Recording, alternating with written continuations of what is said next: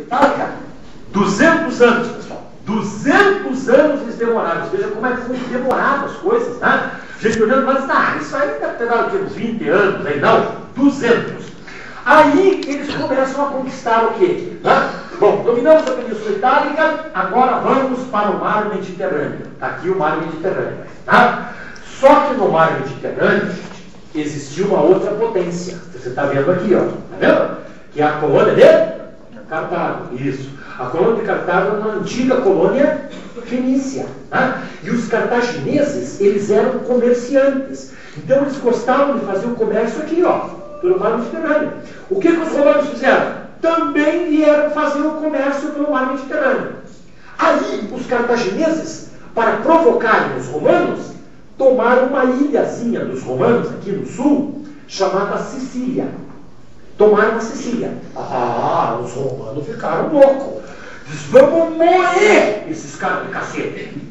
Moer! A menina na porta foi embora. Então, na realidade, o que vai acontecer? E eles morreram mesmo, gente. Nós tivemos 3 guerras. Chamam-se as guerras púnicas. Então você me diria assim, Sérgio, por que chamam-se guerras púnicas? Porque os cartagineses também eram conhecidos pelo nome de púnicos. Tá? Por isso que a gente vai dar o nome de as guerras púnicas. Tá? Mas olha, gente, foi impressionante. Os romanos moeram os cartagineses nessas guerras. Os romanos eram muito bons, né, gente, para lutar. Tá? Lutar contra os romanos vai ser uma coisa complicada. Por quê? Porque eles eram muito treinados. Tá? Quem já assistiu alguns filmes sobre os romanos já viram? Tá? Aquele filme O Gladiador, viu o Gladiador? Tá? Aquela primeira parte do filme, eles compraram uma floresta na Escócia para destruir aquela floresta naquelas primeiras cenas do filme. Sabia disso? Eles compraram aquela floresta lá e destruíram a floresta inteira. Naquelas cenas. Tá? Queimaram tudo lá. E já vimos que deu para ver os romanos. Eles lutavam bem pra caramba. Eles tinham aquela formação tartaruga, né? Já viu aquela formação tartaruga? Quando vinha aquela chuva de flechas, eles se abaixavam e jogavam o escudo por cima. Eles ficavam exatamente como o casco de uma tartaruga. Eles usavam uma espadazinha pequena, chamada gládio. Daí que veio a palavra gladiador, é aquele que usa a espada pequena. Eles eram muito hábeis com aquilo, gente. Com a lança, né? Eles eram muito bons. Eles eram excelentes arqueiros. Era difícil para os seus romanos, complicado. Né? Então eles arrasaram Cartago e aí eles começaram então a grande conquista deles. Dê uma olhadinha aqui. Tudo o que está no mapa em amarelo. Né? Então, olha aqui, ó, Península Ibérica, onde tem Portugal e Espanha, as Gálias, onde fica a França hoje, né? Tem as Gálias que ficam antes dos Alpes. Sabe como é que chama essas Gálias que ficam antes dos Alpes? Gálias cisalpinas. As que ficam depois dos Alpes chama-se Gálias transalpinas. As cisalpinas antes, as transalpinas depois. A Macedônia, que é a terra do Alexandre, está vendo aqui? A Grécia vai também e a Ásia Menor. Tá? Então os romanos vão formar um império fantástico, gente.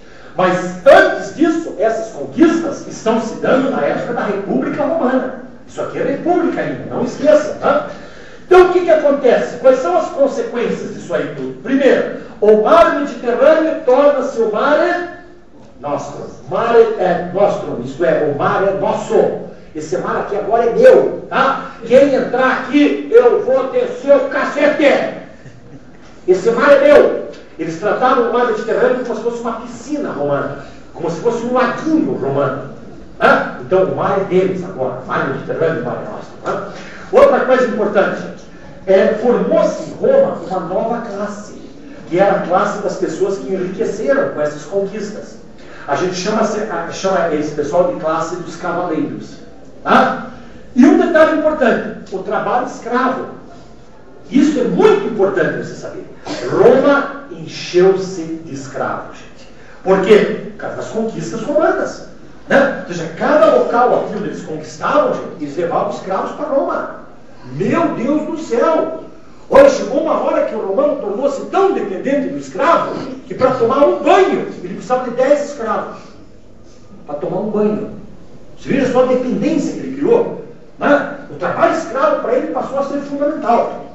Só que tem um problema. Você não pode esquecer que antes da vinda dessa quantidade de escravos enorme, tinham pessoas que exerciam o trabalho assalariado. Eram pessoas livres. Né? Veja o caso, por exemplo, aí, ó, de quem? Os plebeus pobres. Né?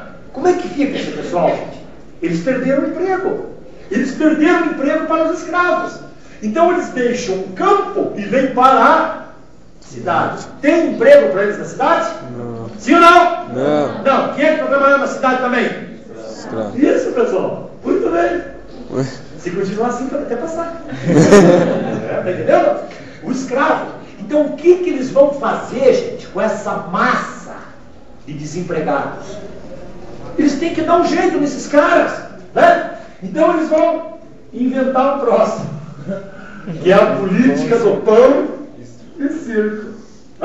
Então, veja, nós não podemos dar emprego para eles que não tem. Se deixar eles soltos por aí, cabeça desocupada, oficina do demônio. Eles vão começar a assaltar, vão começar a roubar, né? Vai aumentar a prostituição, a violência. Nós temos que ocupar essa moçada. Nós vamos levar esse pessoal para os circos romanos, né? E vamos proporcionar aqueles espetáculos maravilhosos para eles, né? De lutas de gladiadores, homens contra feras, feras contra feras. Né? Aí lá pelas lâmpadas nós vamos distribuir um pãozinho para a turma. Né? Pessoal, estão com fome? Não? Então beleza, um pãozinho para vocês. Inclusive no filme O Gladiador parece isso. Tá? Quem assistiu o filme O Gladiador, eu vou trazer sábado para a gente rever algumas partes aqui do Gladiador, algumas que são boas, inclusive, tá? Para você ver isso aí. É uma parte importantíssima, quando estão jogando pão pro pessoal. Vocês querem pão? Então o cara ficava ali comendo o pãozinho dele e vendo o leão comer o cara lá embaixo. Tá? É assim que funcionava. E os combates de gladiadores também, gente, tem uma coisa importante. Acho que eu já quero acabar com esse mito aqui dos gladiadores, né? Porque veja, a gente às vezes pensa errado com relação aos gladiadores. Os gladiadores, eles eram lutadores profissionais, gente. Entendeu? Veja, por exemplo, você diz assim, professor, todos os gladiadores que iam lutar morriam. Negativo. A maior parte não morria, pessoal. Sabe por quê? Porque eles tinham empresários. Você sabia disso? Você sabia, né, cara? O gladiador tinha empresário. Era que nem jogador de futebol hoje em dia. Né?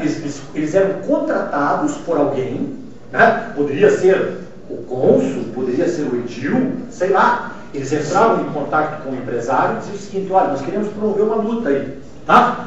Aí o empresário dizia, quantos gladiadores vocês querem? Nós queremos 50. 50 gladiadores. Muito bem, eu tenho. Tá? Quantos vocês querem que morra? Vamos acertar aí, por exemplo, dos 50, vamos matar 15. 15. Então vamos colocar no contrato aqui, morre 15. Sim, morre 15. O resto não. Certo? Esse espetáculo custa tanto. Os caras pagavam, o empresário trazia os gladiadores para lutar. Era assim que funcionava o próximo. Tá? Por isso que você vai ver na época do Império Romano, eles avisavam o imperador lá. Acertamos aí um contrato para morrer 15. Tá? Aí quando já tinham morrido os 15, quando caiu o gladiador lá, o que o imperador fazia? Ou seja, não mata ele, né? Se ele virasse o polegar para baixo, matava. Então, como já tinha morrido o número necessário, ele colocava o polegar para cima. Entendeu? Então é isso aí. Mais tarde eu vou continuar falando então dos irmãos Iraque, para contar então para vocês o restante da história. Até aqui, gente. Alguma dúvida? Alguma pergunta? Para depois eu volto. Prometo voltar o meu computador. Essa aula tem que ser história explícita.